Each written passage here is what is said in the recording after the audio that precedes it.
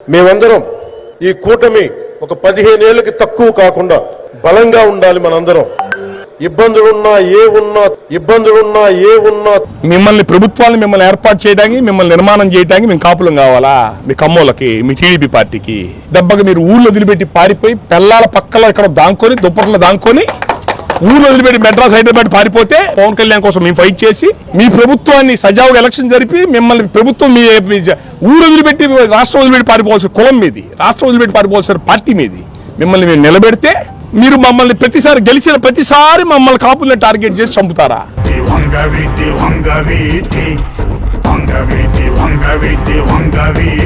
ఒక కమ్మ సామాజిక వర్గం వాడు ముగ్గురు మనుషుల్ని ఫార్చులతో గుద్ది చంపాలని చెప్పి చూశాడని చెప్పారంటే అతనికి చట్టం మీద ఏం గౌరవం ఉంది? అంటే మీ ప్రభుత్వం ఉందని ధైర్యమేగా. జన సైనికుడిని చంపితే మీరందరూ చచ్చిపోయారా? బతికే ఉన్నాడు పవన్ కళ్యాణ్.